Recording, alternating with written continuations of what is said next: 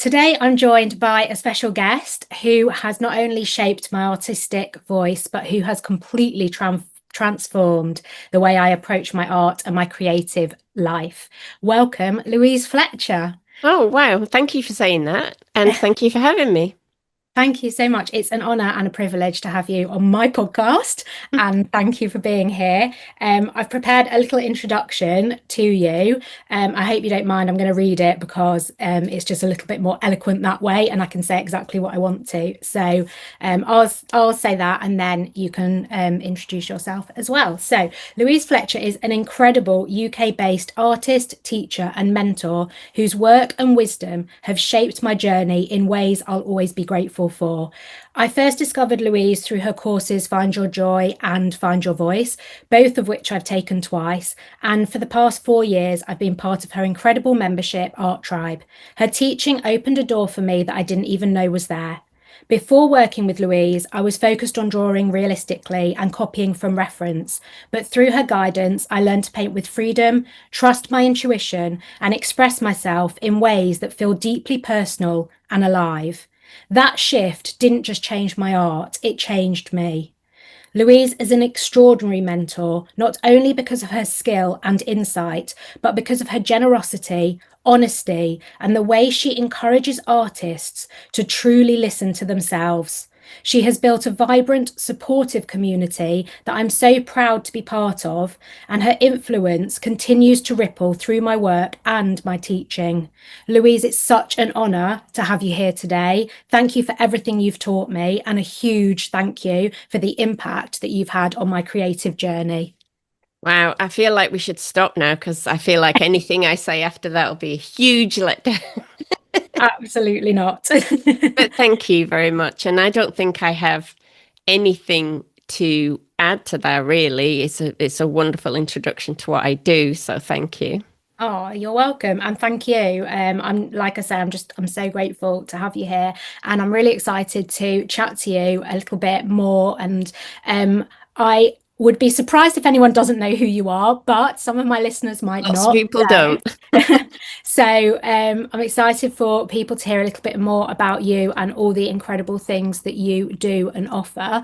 Um, I loved on Art Juice when you used to let people let guests say where they can be found so that if people are listening and don't know you, then they can look you up while we're chatting. So would you like to tell people where they can find you? Yeah, I mean, easiest probably if you just Google Louise Fletcher art, you'll find pretty much everything. There's a Louise Fletcher who was an actress, and so if you just put my name in, you get the famous actress who died recently. But otherwise, Louise Fletcher art, and I'm on YouTube. I'm on Instagram, and I'm still on Facebook as an old timer. I'm still on Facebook. So, and I have a website which is louisefletcherart.com. Okay, great. I really do encourage people to go over and have a look at your website and follow you. Yeah.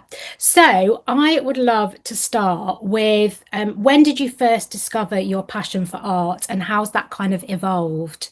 Oh, as a child, I was obsessed with drawing. And I'll tell you a funny, really quick little story. When I was about 6 or 7, I wanted to be able to draw really well, but I couldn't. So of course, because I was 6 or 7. So I traced all these little characters from this comic book I had. I figured out how to trace and then turn the thing over and flip it around. And then I showed them to my mum and dad as if they were my drawings. And my mum was so excited and proud of me because I must have been some weird prodigy to be able to do that at my age. So she was showing all her friends. And one night she was having a part, they were having a few friends around, and I'd gone to bed, and I could hear her telling people how clever I was. And I had to call her up to my room, and I was in tears. And I said, Mum, I'm so sorry, but I've lied to you. I didn't do those drawings. And my mum, I'm not from one of those families that has like lots of wisdom passed down that I can remember being, but this particular thing, my mum said to me, okay, you didn't do them. It's okay, but I bet you could if you tried and you practiced. And I thought, oh, and I think about that now, and I think that's still what I'm saying to other people. You know, you Yeah. can if you try. Yeah. And so I practiced and I tried, and it wasn't that long before I could draw those characters without tracing them. And so after that, what I did though as a kid, I didn't have access to paints really. We didn't have a lot of money. So I drew, and I drew everything I loved. So I drew Leeds United football players for years because I was obsessed with that. And then as I grew up, it was pop stars, and I remember drawing many versions of Debbie Harry as a teenager.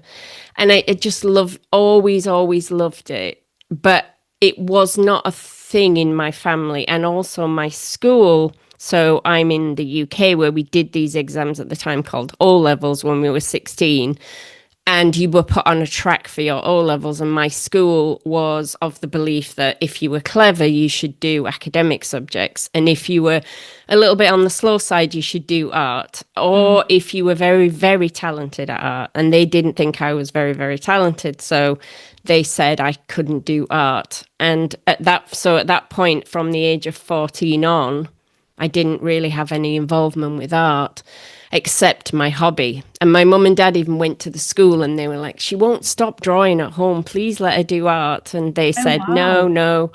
And they said, could she do an extra subject? And they said, no, because she's not good at concentrating, which is true. And she won't get her academic. But you know what? I didn't get my academic subjects anyway. I had to go back and retake all my exams because I was lazy and, didn't want to do those subjects. I wanted to do art. And it's given me this belief that I have now when I see the way schools are going, just that kids should be, and I know we can't do it, and I know all the practical reasons why, but kids should be encouraged to do the thing that they clearly want to do. I have a school report somewhere that says Louise needs to stop working on artwork for the Outdoor Pursuits Club, which is a hobby, and start working on her subjects. And it's like, clearly at that point, I was saying, but this is what I want to do. Anyway, in my family, art wasn't a thing. Even going to college wasn't a thing. So I was the first one in the extended family to do that. The college I went to I was studying English, but it was an unusual program where they had minor subjects and I could do a minor in art. So I got to do 3 years of not very good art teaching, but something, I got Yeah. something at college. And so it's been with me all that time. But once I left college, like many people, I was just brought up to think you get a job and you succeed in a career, and art is not that. That didn't even cross my mind, to be honest. So once I left college, I dropped art until I was 50 and I came back to it.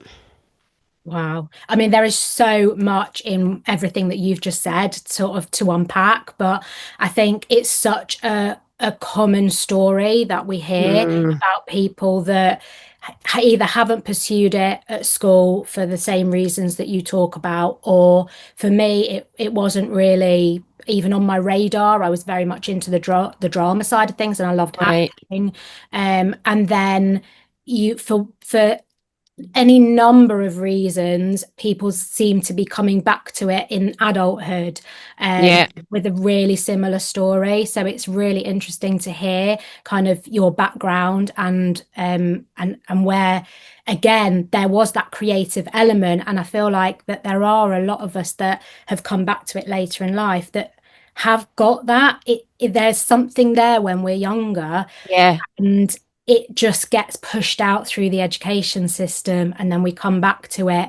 And it is a shame, isn't it? It's sad that that side of it isn't, it doesn't seem to be, still even now in this day and age, it just isn't given the degree of importance that the academic No. subjects are still given.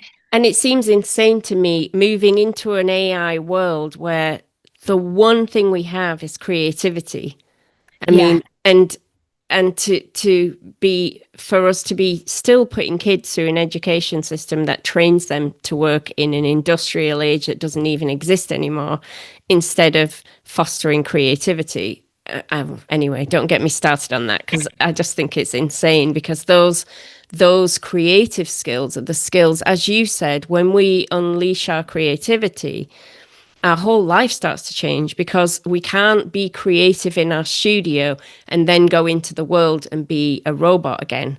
We have to continue that creativity comes with us, and everything shifts. And that's what I find fascinating about it is, but you see, if we were teaching kids in school to be creative thinkers, then they might start arguing with authority and doing what they want, and then the whole of our system might crumble. So I totally get why we discipline everyone into these little boxes, but it is, Yeah. but I think we mostly, hopefully, find our way back to where we're Yeah. supposed to And be. I think that's the most important thing about having forums like this, like the podcast, like your course, your membership, Alice's membership, having places where people can see that this is an option Yes, and changing your mindset, because it is so difficult when you're a child, you're creative, everything is about freedom. You don't think about anything, any of these limiting beliefs, us not being able to do things, having to be academic, having to have a certain route that we take. And obviously, all of that comes into play as you go through adulthood. And so to be able to have teachers and mentors and artists who are showing up authentically and showing people that it is a possibility to create a creative life and be yes, successful. And that yes. is so important. And that's why I think, you know, so many people describe your course as being life changing. And I think that's why. Yeah. And I think, you see, you asked me somewhere in the list of potential subjects, you mentioned limiting beliefs. Mm, And the thing about limiting beliefs is we don't know we have them a lot of the time. I certainly didn't. So same. Yeah. all that fed in, all that stuff happening, and my parents' attitude to creativity, which was, encouraging. They want me to be able to do an art O level, but it wasn't. They didn't take us to art galleries, or we didn't. Art wasn't part of our lives at all, and so all that comes. You form these beliefs that you have, and the big one I had, right up until 8 years ago, probably 7 years ago, the big belief I had was artists don't make money. I wouldn't have put that into words if you'd asked me, but that was the belief at the bottom of everything. So when I started to think about, oh, I really want more of this creative life, it seemed impossible to think, but that my brain immediately would go, but that couldn't work. It has to be a hobby. Yeah. So when we have these limiting beliefs, they're so ingrained that it's not that we walk around saying, I don't believe artists can make money. It's just that we live making decisions and having and setting directions for ourselves that are guided by things we're not even aware that we think until we're confronted with them. Yeah, absolutely. And I think that's one of the things, again, about being around people that will ask you those sorts of questions. So throughout your course, you offer journaling prompts Mm-hmm. and obviously talk about limiting beliefs. And like you say, you don't even know that those exist. And once you start writing or thinking about certain things that people prompt you and ask you, that's when you start to realize, oh, maybe I do have Mm, limiting beliefs around this. And like you say, I didn't even know that was a thing. yeah, I knew we had beliefs, but I didn't know that limiting beliefs were a thing until I was yeah, in, like yours and Alice's world. And once you start down that road, that's when you start to think about things and realize, like, oh, I wonder if that's a limiting belief. Let's unpick that. Let's think about that. Can I turn it round? How can I reframe that? And then you change it and you realize it was limiting you. yeah. And by the way, I don't think, like, just because I help people unpick limiting beliefs, I don't think I've got rid of all mine. I think we all have layers and layers of them. Yeah. And I know I have a lot still to get past. And sometimes but at least I'm aware of them now. And sometimes you think, oh, yeah, but I just can't deal with that one yet. I'll think about that one later. I'm busy, but Yeah. I know they're there and they're to be dealt with. Yeah. And I think that's such an important point because it isn't a case of, oh, well, I know about limiting beliefs now. I'm going to uncover all of them, and Yeah. now I'm going to be And amazing now and I'm I can do perfect. everything. Yeah, Yeah. exactly. And I think that a lot of us are recovering perfectionists, and imposter syndrome is absolutely real. I mean, honestly, I thought about reaching out to you and asking you if you wanted to be on the podcast, and there were a million reasons why you'd say no, So, uh, Wow. Yeah. and the Yeah. fact that the kids are on the summer holidays, I was like, well, I won't have time anyway, so forget it. And literally yesterday morning, I was just like, I'm just going to send an email. Just send an email. I've got an opening tomorrow. Just see what happens. And that's what happens when you say to yourself, I'm just going to do it. I'm going to take a risk. I'm going to bust those beliefs. I'm going to get rid of imposter syndrome. In my head, I'm like, oh, Louise Fletcher, like, this is massive. It was the same with Alice. And actually, like, you're just normal people. You're Exactly. just a normal And person. I was just sitting here reading my emails thinking, no, I've got time tomorrow morning. We could do it tomorrow morning. So then Yeah, it's done. then Yes, it's I did done. that with Alice. I had a podcast with Alice Sheridan. We keep referring to Alice. If you don't know, that's Alice Sheridan. And we had a podcast together for about 5 or 6 years, I think. And that was exactly the scenario. Alice was at that time, she'd been working as an artist longer than me. So she was my kind of mentor person. I was looking up to her. And I was thinking, I want to do a podcast, don't want to do it on my own, want to do it with someone else. I want to do it with Alice, but she'll say no. And just like you, I remember plucking up my courage and messaging her on Facebook. And when the ping came back, I was like, no, I can't read that because it's just going to be like, she won't say because she's too nice. She won't say, who do you think you are? But the implication will be, no, I'll wait for someone more successful and I'll do it with someone else. And then she messaged back, oh, I've been thinking about doing a podcast, but I didn't want to do it on my own. So yes, let's do it. And I was like, oh, it's that easy? And you see, this is when people talk about manifestation, like manifesting what you want in life, I think it gets dismissed because it sounds magical, like magical thinking, but it isn't. It's that when you remove that limiting belief that's so it's holding me back from contacting Alice. So maybe I don't do a podcast because I just think, no, the person I want to do it with will say no, so therefore I'm not going to do it. Then I've set a direction. But if I drop the limiting belief, a new possibility occurs. And that's how it works. I had to drop the limiting belief that artists couldn't make a living before I could see the possibilities of some ways to do that, because the belief was so strong that I wasn't even open to surveying like looking around and seeing what might be possible. Once you drop the belief, magic starts to happen. And in my group, I have a membership group, and in that group, they've got this thing I saw somebody saying yesterday, oh, the Louise effect. I'm getting my own studio and I never thought I would. Or the Louise effect, I've got a solo exhibition. And it's lovely they say that, but it's not me. It's them dropping the belief that was holding them back so they can see the possibility.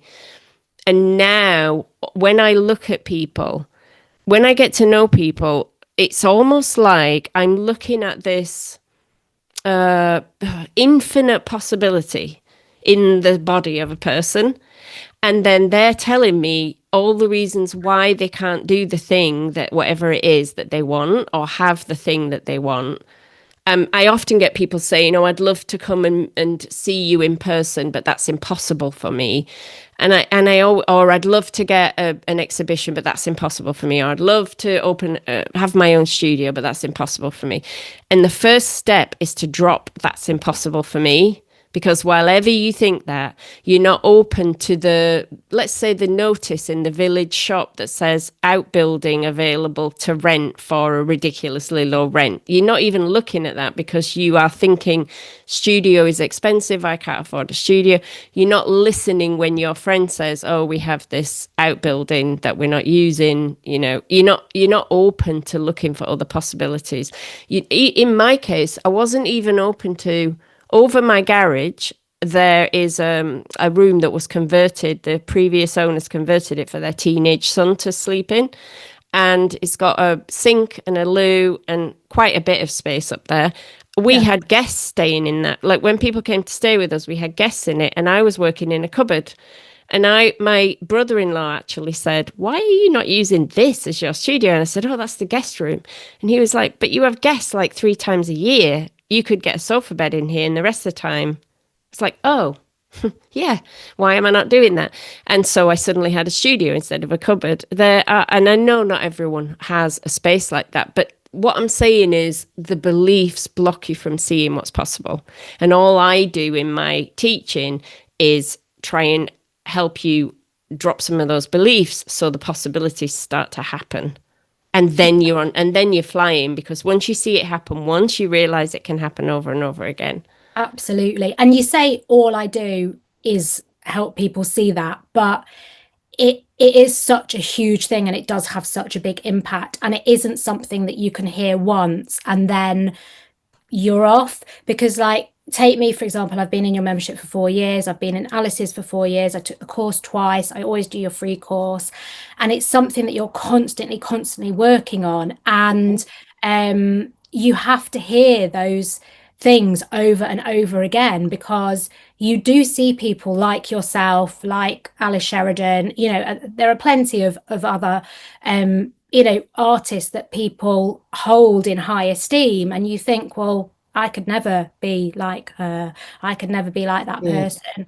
And that is a huge belief in itself. And I think one of the other things is about being like an extrovert and an introvert, because a lot of people have this kind of like belief that artists are extroverts, and they wear all these colors, and they've got these big personalities. And that's like one of the reasons why I wanted to start the podcast, because it's not true. And again, that is such a limiting belief. But once you surround yourself with so many artists, you realize that anyone can be an artist. And actually, as hard as it is to show up, if you are quieter, if you are more introverted, the more you just take those small steps, the more you immerse yourself with teachers like yourself, and you Mhm. hear those messages over and over again, you do start to build the confidence, you do start to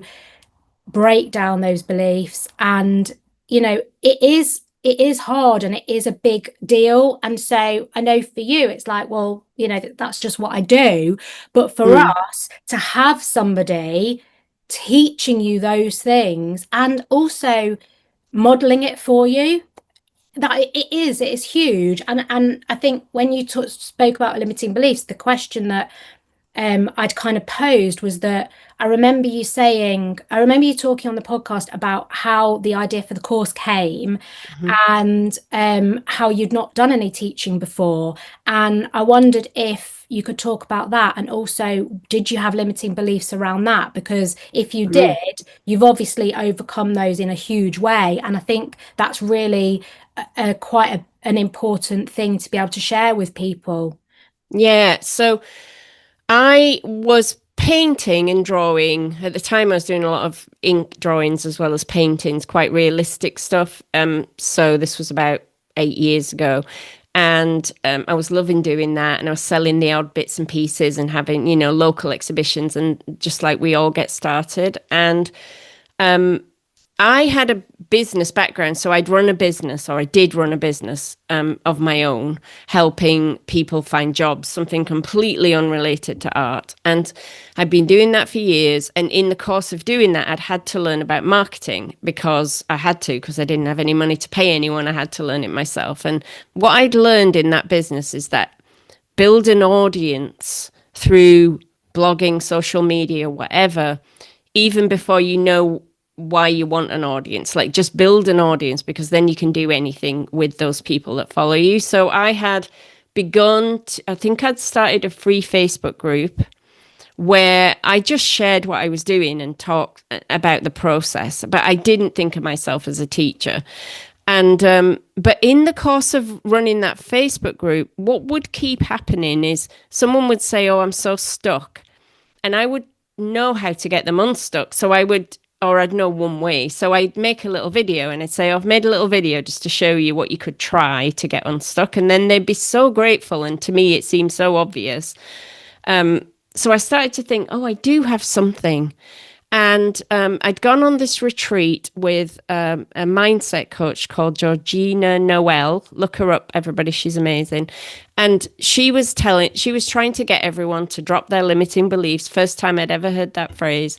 And she was talking to me about my limiting beliefs. And I was saying, look, you don't understand. I have a mortgage. I have bills. I'm the breadwinner in my house. And I cannot just mess around with my art, like all those limiting beliefs about what not. And she said to me, I always remember this. She said, look, Louise, I have a nice life. I'm going home tomorrow. I don't care. It really doesn't matter to me either way. You can argue all you like and just stay stuck if you want. But I just think there's more there for you, but it's up to you. And I went back to my room that night and I was thinking, yeah, I was arguing. Why am I arguing to keep myself stuck? And something cracked open and I had this little panic attack that night. And I haven't had a panic attack for many years. I used to get them.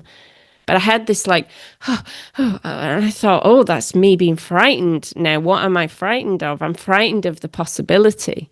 And this story sounds like I made it up. At the time I was married. I'm not married now, but at the time I was married, I came home and my husband was saying, what was the retreat like? And I was thinking, I can't tell him. It was bonkers. We did tarot card readings and we sat with our legs crossed and we, I mean, we didn't quite do that, but I can't tell him. What can I tell him about this? So I didn't say anything. I said, I'll talk to you in the morning about it. I'm tired.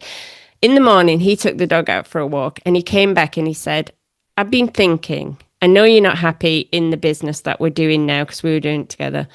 And I know you love doing this free Facebook group. And I think we should take the little bit of savings that we have and put it into you building some kind of art business. I don't know what it would be, but I think we should do that. And I was just absolutely gobsmacked because I was like, Georgina said that when you change your beliefs, things change. I did not prompt this conversation. He somehow, out of the blue, said that. Yeah. And so what I did was I took the money that we had and I invested it into this group. And I am getting to the answer to your question about the course because I still didn't have an idea. Yeah. I invested it into that group and I invested advertising for members. I thought, right, I'm going to pay for advertising and I'm going to bring people into the group, even though I don't know what I'm going to do with them when they're there. I'm just going to help them for free. And it was a free group, so you were paying for marketing to bring people into a free group. I was writing a newsletter for them. I was doing little videos for them. And I was realizing, I am really quite good at this one aspect of teaching, which is at the time I didn't have great painting skills, but I was really good at helping people to unlock their potential. And that was what I was doing constantly. So I went out for about 6 weeks after that happened and we started investing. I went for a dog walk and I was just coming back and I suddenly had this download of a course. I'd taken an online course, so I knew how they went. And it just dropped into my head, like the name, Find Your Joy, and the modules, which have changed since, but I had like 8 modules. I was like, I didn't have a pen or anything. I was out in a field, I didn't even have my phone. I was like, oh no, I've got to remember this when I get back. And I came back and said to my husband and a friend who was staying with us, I think I'm going to do an online course.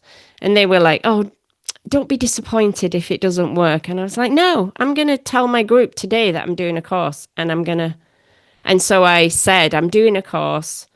It's beginners. It's beginners for me. I don't know what it's going to be. So it'll be cheap because I'm not going to charge you very much because you're going to help me develop it. But I have got an idea. Here's my idea. And I had a group of about 2,000 people then. And I think it was 40 people who signed up. Wow. And when 40 people signed up, I was like, right, that proves there's something here.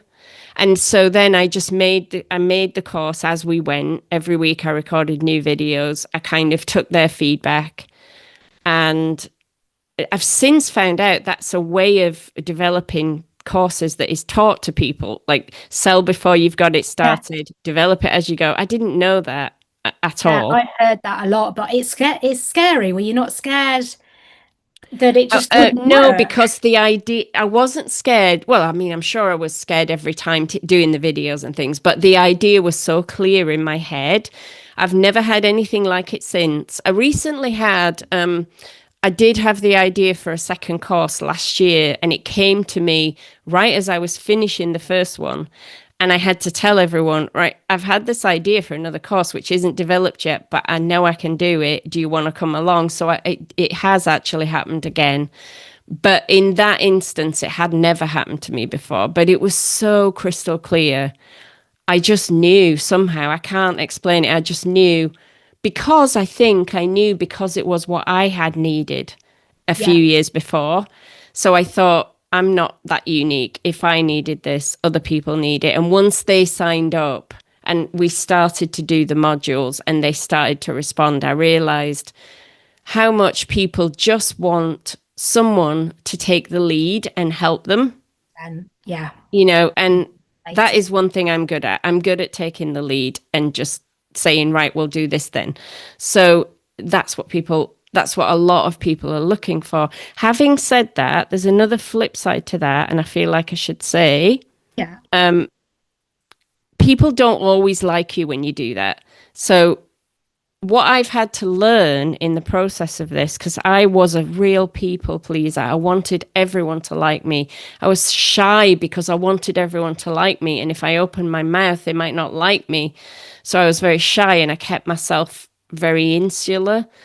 And I'm still learning to be more and more of a leader and more willing to accept that that means some people don't like me and be okay with it because it's hard when you just want everyone to like you and somebody says, oh, this woman is so boring the way she talks. And you're like, oh, maybe I should shrink back into my shell. And this is one thing I would say to anyone. Because I never want to make it sound so perfect. I had this idea, it came in my head, I did it. It's a lot of work to do that. Yeah. It was a lot of risk in investing that money before I had anything, and it paid off, but it might not have. Yeah.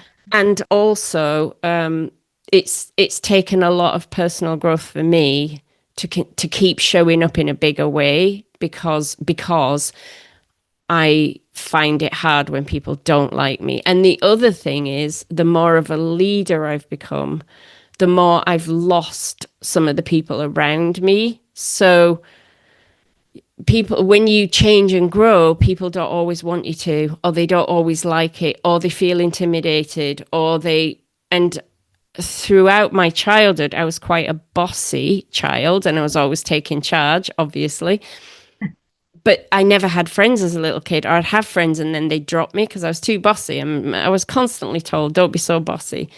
And it's proven true in adult life too, that I constantly have people say things like you said to me, oh, I didn't reach out to you because I thought it'd be too intimidating or too. And I have people who have lost as friends or colleagues because they feel competitive or left behind or something. I don't know. And so there's downsides to it for sure, but I would not trade it because I'm more myself now. And I'm not fully myself, I don't think, but I'm more myself now. And I think that is just such a beautiful thing for people to hear because, oh, I think so many of us can relate. I really do to keeping yourself small, to being a people Hmm. pleaser, to wanting everyone to like you, to not voicing your opinion or showing up because you might upset somebody or offend somebody or you might be successful. There are so many things. And throughout our lives, we just shrink and shrink and shrink to the point where we're too scared to do things like this. And like you say, then when people are starting to do it, they do then become like almost like another level where people think they're not approachable. And that's one thing that I love about having a podcast because I feel like I don't think there's another forum where you can show yourself as authentically. Like social media is so hard, even as much as you want to and try and you do show up as yourself, I still think that it's such a small snippet that even when I look at people that I know are authentic, you still think they're so successful, they're so this, they're do, and you don't know all of everything that you've just said. Yeah. And when you learn that about people, it does make them more approachable and it does make you feel like you can connect with them. And I think it gives you hope and belief that actually, yes, it is such hard work. And like you touched on personal growth, and that is something that, I am really, really working on. And people, even with me, like, I've only just started my podcast. I think we're like 24, 25 episodes in, something like that. But I have grown so much since doing Yeah. this because, like, I've reached out to you, I've reached out to people that I would never reach out to, having conversations with people. And that's given me more confidence. And people are saying things to me about, listening to episodes, and they didn't think, I come across so confident, and I'm not. And when people can hear that and relate to it, and they think, oh, well, maybe it is possible for me because Yeah. other people do feel like that, and having the opportunity, I mean, that was the one thing that I wanted this podcast for, so that people could really, it would give people like us a voice to say, there are so many women who, and it is women, I know Hmm. that a lot of men also will take your courses and will be in the membership, but it is mainly women who shrink themselves and who find it Yes. show up, who are perfectionists, who are people pleasers. And yes, it's important to say, like you said, that there will be people that we leave behind or that don't like us, and we have to be okay with that. And that is also really hard. You know what? When you're shrinking yourself, and this is what I realized, when you're shrinking yourself and being shy and quiet, people also don't like you. Like you can't stop people Yeah, not liking you. So you exactly. might as well have them not like you, or some people. Most people are lovely, Yeah, but you might as well have people not like you for the real you rather than the you you're pretending to be so you can stay safe. yeah, Because we're never safe from people in general are very judgy and very, they're gonna have thoughts about you. I just heard a podcast where someone said if they could have any superpower, they would learn what other people are thinking. And I thought, God, I can't think of anything no. worse. What a nightmare. Can you Oh, that'd be imagine going, awful. I don't You want to know drive what you're yourself thinking. mad. Don't want to know what So we're I, thinking. I try now really, and I'm quite good now at tuning out. I get negative comments like on my YouTube and on Facebook, and very limited compared to some people. I'm so lucky with the people that follow me. But every now and then a stranger will stumble across something, particularly on Facebook and YouTube, and they will make a mean comment. And it used to really stab me in the heart. And I can honestly say it doesn't now. But where I learned, so here's where I learned that still I can be, we get to these levels, so we feel like, oh, I've got that down now and I'm not going to Yeah, be judged in the same way. However, I went on a retreat invited by Bibi Ginalot, who's an American painter, and she was kindly invited me to her studio. I think it was 2 years ago now that I went. Time flies so much. 2 years or last year, I don't know. Anyway, in the spring of last year, I think I painted with her for 2 weeks. She gave me my own space in the studio, and I painted. And in that building, she works in this big building full of artists, and there's some really successful and well-known people in there. And two of them, and lots of people came in and out while I was painting. Lots of people were complimentary, but two came in, and I'm not going to say who they are, but two people came in who, both of whom are I really admire, and who I think are really, really gifted artists. And they came in, and I suddenly felt myself want to turn all my paintings to the wall before they got there. Because Bibi's very like, oh, look what Louise has been doing. Come and see what she's. And they're like, yeah. no. And I realized, oh no, I'm Pressure. doing it again. I'm terrified now that they won't like what I do. One of them said really nice things. One of them didn't say anything. And so I was like, oh, that person doesn't like it. But it gave me a chance to reflect after they'd gone to be like, oh, I've got another layer here where, okay, a random person on social media doesn't bother me, but a person I respect who isn't gushing over my artwork is suddenly crushing me. Yeah. And that's nuts, because I know that there are lots of Picasso paintings I wouldn't hang on my wall. Doesn't mean I don't think they're amazing. Doesn't mean that person isn't gifted. It's just not for me. Yeah. So I know this, and yet I felt it. And so I think where I am working on now is much more on my artwork rather than my confidence in my teaching and stuff. It's more on my confidence in my artwork, because I've kind of not let that go, but I've struggled to balance time with all of the teaching and all of the marketing and all of the free stuff I do on YouTube and on social media and write a weekly newsletter. It's hard to also give enough time to art making, which I'm now working on, because I think that's where all my limiting beliefs are hiding now, and where I need to kind of start digging. That's so interesting. And also, like you just touched on there, that the creativity is the thing that gets pushed out when you do decide you want to make art into a business. And Yes, that's so, so hard because we, because it is taking all your creative energy to make the videos, to create the course, to do the marketing. I mean, marketing's creative, to think of what, so all your creative energy's gone, and then you've got nothing left. And that has yeah, been a problem recently. yeah, that I totally relate to that. It's so hard. And I think that was part of the reason I decided to take a break from the podcast in August. And then this came, which is amazing. But I love that because actually that was something that I think when I was talking to Anna McDonald, and I'm in her membership, which is all about decluttering. And actually it's not just about decluttering your space, it's about decluttering everything and what you say yes and no to. So for me, I thought, right, my kids are off. I really want to have my focus be on them. And the podcast takes up so much of my time and focus and energy, like you said, and I love it. I Mhm. absolutely love it. And it's a different kind of creativity. But saying no to it actually gave me the space for this conversation, which Yeah, is such an odd way of thinking about it. But had I have committed to going through the month and continuing to put out weekly podcasts, I don't think that I would have had the space to say to you, are you available? But because yeah, I just said, right, I'm not going to do it, it's almost a bit like what you were saying about being open.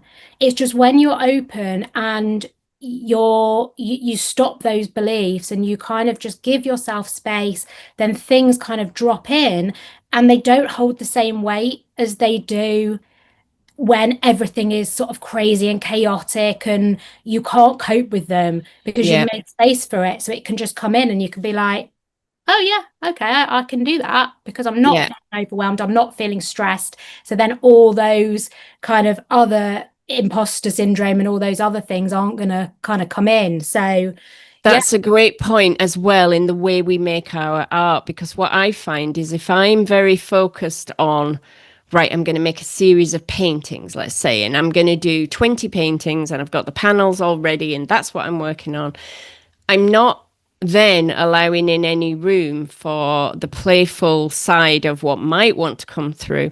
And so what I'm experimenting with at the moment is not having any of that, none of those objectives.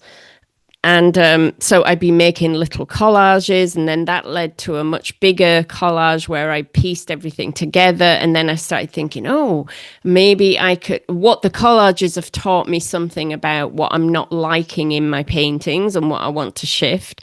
So now I'm taking that back onto these larger canvases. And now there's an interplay and a relaxed creativity means I don't have anything to sell at the moment. So if that was a concern, that would be a problem if it was my sole income.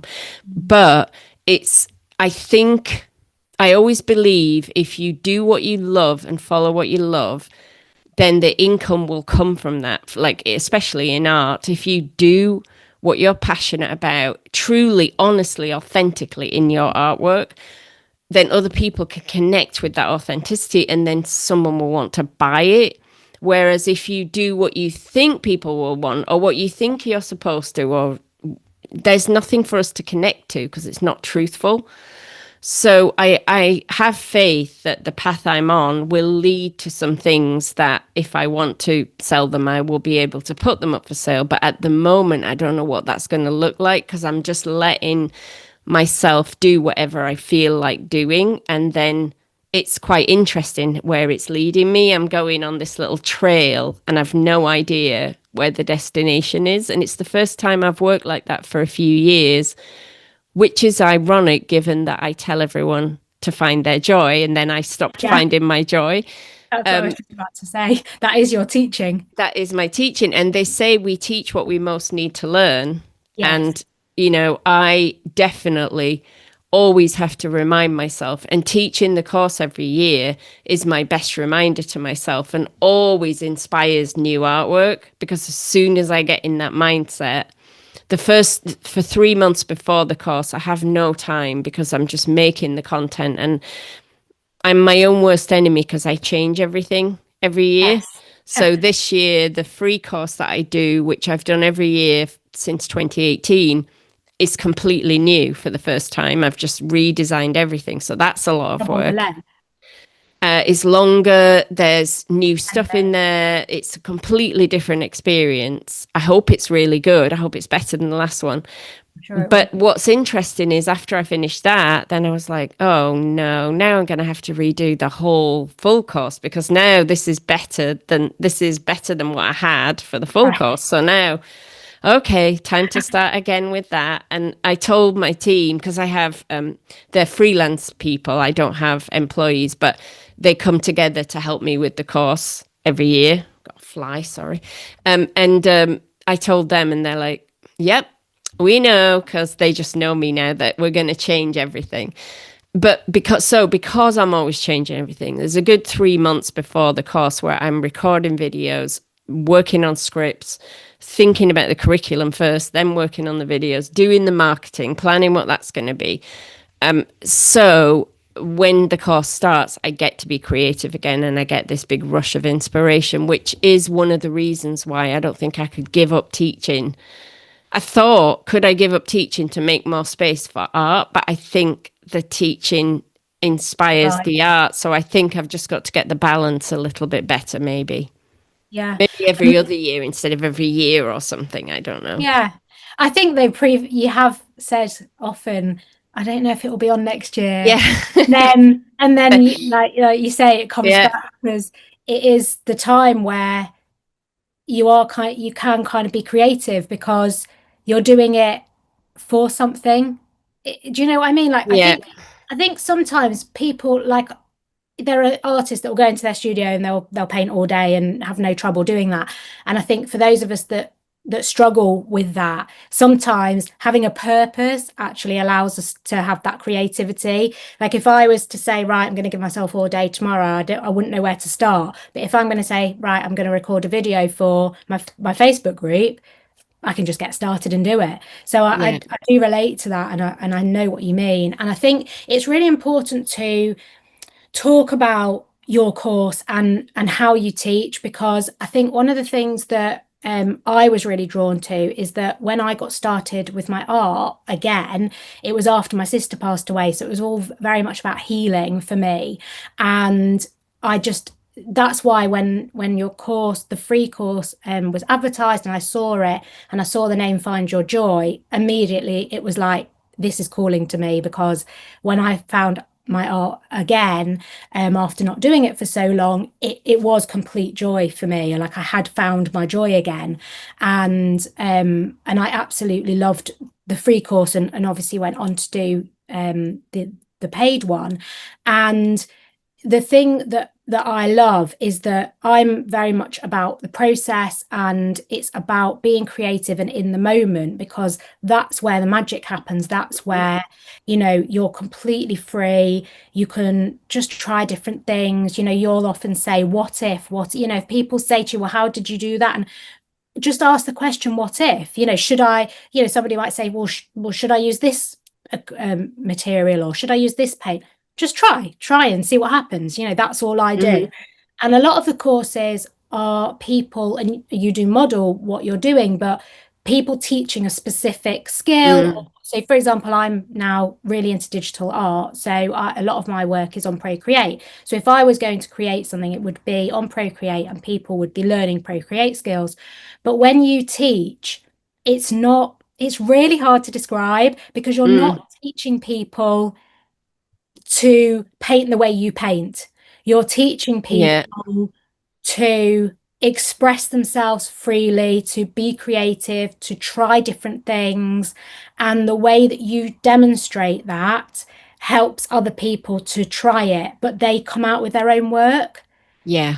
Yeah, it's really important to me not to teach someone my process. I've been on those workshops where an artist teaches you. I think something like skills in Procreate is different. Like we need to know what buttons to press and we need a course for that because otherwise we'll be there forever, like working out how to do something. That's different. But I I still, work sorry to interrupt you, I still actually do it really intuitively because of your teaching. So, like right, I said at the beginning in that introduction, I've actually learned that from you. So, I actually would do like an intuitive piece of work. And whilst I'm showing that process, people are kind of creating their own. So, it right. is, and then they're learning how to do certain things, but in Yeah, a really intuitive and expressive way. And that also has come from your teaching. So, yeah, yeah. sorry, I interrupted you. Yeah, no, that's okay. No, I've been on a workshop. I'm thinking of one in particular I went on with the painter, the UK painter, David Tress. Really nice guy, very good, very amazing artist. I love his artwork. And he took us, we went on this workshop, and I'm sure everyone's done these things. We went outside, we learned to draw like him. But at one point, one of my friends I was doing it with was doing a sketch, and he came and said, "Oh, not like that. Don't do it like that. Write notes about the colors you're seeing." So he's like telling her to do it his way. So I thought, "Oh, that's weird." And then we got into the course, and he just basically demoed his techniques, and then we went off and did the same techniques. And I left there, and it kind of froze me actually for about a month after because I didn't want to paint like him. I mean, anything I did of his techniques just looked like a pale imitation of him. He's brilliant. His stuff looks amazing, and mine didn't. And I hadn't learned anything that was useful to me in my art making because I'd learned his techniques, but that just leaves me without anything. So when I first thought I couldn't teach, I always just thought because I don't have those techniques to share, I don't have a way of painting I could give someone else. I still don't because it changes all the time. I could not tell you how I made any of my paintings. They're all made, like you say, intuitively. So I couldn't help with that. But what I wanted to do, is to teach you that you have everything you need inside you. Now, I do teach principles like how color works. I teach that this is how our brains perceive color, and this is what will happen if you do this, or this is what will happen if you do this. But then it's your choice which of those ways you choose. So if I've told you this is what happens when you put a warm color against a cool color, now you get to choose if you want to do that. Or do you want all cool colors? Or do you want all warm? Or do you want neutrals? Or and it's really what I've boiled it down to in this free course this time is I think that finding your own creative voice is about learning to make your own choices, authentic, honest choices. Because I think mostly especially when we're starting, but also when we've attained some level of success in painting, but we want to change, we find it very hard to make our own authentic choices because, oh, my gallery might not like it if I do this, or my buyers, or if we're new to it, we think, I can't make my own choices because I don't know what I'm doing. I have to choose what other people do. So it's learning to no, I really do like. I had a lady once who wanted to use glitter, but she said, I can't use glitter because that's childish. And I had seen in a piece of artwork in the Tate Modern in London in that massive, massive foyer of this giant piece of glittery cloth, huge, hanging from the ceiling, going all the way down with glittery, like, creatures around it, if I remember rightly. It was just glitter, glitter. And yet she's got this belief that you can't use glitter. And here's this artist. we have artists who say, oh, textiles is not considered serious in the art world. It's really because Tracy Emin used to make quilts as her first thing, and she made a tent. That's textiles. Why is that? So these are limiting beliefs. These are not real things. And I think I've gone off track, but basically I'm really interested in just helping people understand that you make your authentic choice without worrying. If you're a beginner and you're worrying what the art world thinks about something, you're a little bit jumping the gun. Just be a beginner and pick what you love. Yeah. So And that is what it's. you get a lot of questions from beginners about things like that because automatically you do, and you can't help it. Mhm. You're thinking so far ahead, and you don't need to think about any of those things yet. I mean, I took your course the first time, and I probably didn't integrate a quarter of what I learned until years later. And you don't realize that until you look back. And then you realize that actually, like, you're hearing all those things for the first time, and it's going to take a long time I mean, I'm only really getting started with color palettes and differences and editing my work now. All that teaching that you taught us, I can now look at a piece of work and I can start to see what I need to take away or add or change to make it work. But at the beginning, it was just a case, like you say, of just learning what do you like and what don't you like. And you can't Mhm. know that until you experiment, until you Yeah. try different materials, until you try different processes.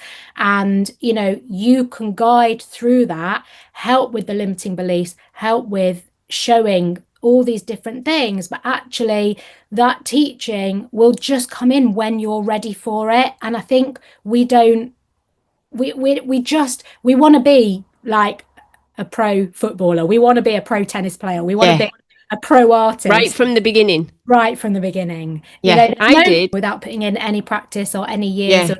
of trying. And you can't draw, you can't paint. Well, I'm not an artist. And And I fell victim to that too. I mean, I have in a cupboard somewhere upstairs a box of cards that I had printed professionally, cards made of artwork that I was making in 2013 or 2014, because I was going to do all these local shows and I was going to sell these cards. And then I went to one show and really didn't like doing it. I didn't like standing. I've never done an art fair since. I don't like standing there waiting for people to come. It's just not me. yeah, So now I've got a box of cards that I never used again. They're massively outdated now. I don't even want to show people them. But that was my idea, was like, I've whizzed right to, I'm going to be selling so much stuff that I'll need a big box of cards with all kinds of different. No, I didn't. I didn't need any of that. I just, what I wish I'd done at the beginning is spend like 2 years just playing and practicing and learning and exploring. I wish I'd had my class and then had 2 years to do that without sharing it with anyone. Maybe sharing it on social media, but sharing it as my journey, not as finished artwork, just sharing like a diary. That's what yeah, I'd love to have done, because I jumped into trying to be successful. I sold one painting by surprise because someone saw it and asked if they could buy it. And then I was like, oh, right, okay, business, right. I'm going to be an art business now. And that would, when that didn't work, that's when all my limiting beliefs just kicked in. Of course it didn't work, because you can't do that. yeah. And that is such an important point for people to know and hear, because I think we all fall victim to that we Yeah, get started, we're enjoying our art, we think, oh, maybe we can make this into a business, and we think it's going to happen straight away. And I've been doing mine for about 6 years now, and I'm only now just starting to show locally and start doing market stalls and sell and that yeah, kind of thing. And I only framed my work last year, so it's only been not even been 2 years since I started framing my work. And yeah, really, I did do what you said, because your course was available. So I yeah. took the course, Good. I went into Alice's membership, and I just spent time 2, 3 years just working, showing, building an audience, and then, now starting to sell and obviously do the podcast. But it does take time. And I think that, just want people not to give up, just keep going, and Yeah. hearing stories like yours and knowing that, it does take time. It's not just And The thing overnight is, thing. what I try and get people to understand, because then again, a lot of older people who take my course will say, well, I don't have time. I don't have time to wait. And it's like, you're imagining that the finish line of selling lots of artwork is going to make you happy, when actually what makes you happy is the process of making it. The Yeah, selling part, I mean, I'm a bit different. I know from some people I know who get more joy from the selling than I do. I get very little from the selling. I get a little, oh, someone who bought a painting. That's nice. It's a compliment that someone yeah, likes your work enough, and it's a bit of income. Of course, that's nice, but it's nothing compared to the joy that's come from the involvement of the previous 6 months of making those paintings, or however long it's taken, of the time in the studio just on my own with my mind calming down and just totally, absorbed in what I'm doing like a child again. That is where the reward is. And it's never too late to get that feeling. yeah. And on that subject of being too old, I just want to say, because I put it in my newsletter this week, but I love it so much. There was an article in The Guardian about a lady who decided always wanted to dance as a child and was told she was too big or whatever, so she never did it. And she's 68 and she's walking past this shop and she sees an ad for a pensioners dance group. So she goes and joins the pensioners dance group and she dances with this pensioners group. And that was when she was 68. She's 82 now. And as we speak, she's at the Edinburgh Festival putting on a solo dance show. And Wow. how amazing, right? She wouldn't say she was too old. She just went and did it. And as we've been saying, she probably didn't think Edinburgh Festival when she was 68. She just went to the Yeah, dance group and started dancing. And then things have developed from that. yeah, So that is available to all of us. There are plenty of famous artists who weren't discovered until they were much older. And even if you never got discovered, the joy that you gave yourself and therefore the growth, personal growth and personal development and physical and mental health that comes from creating, that's enough. I think we don't need the other bit. The other bit is nice, and don't get me wrong, and if you want to make a living at it, go for it. For me, I always knew I didn't want to make paintings my sole source of income, because I really felt like that would strip the joy of it out of it for me.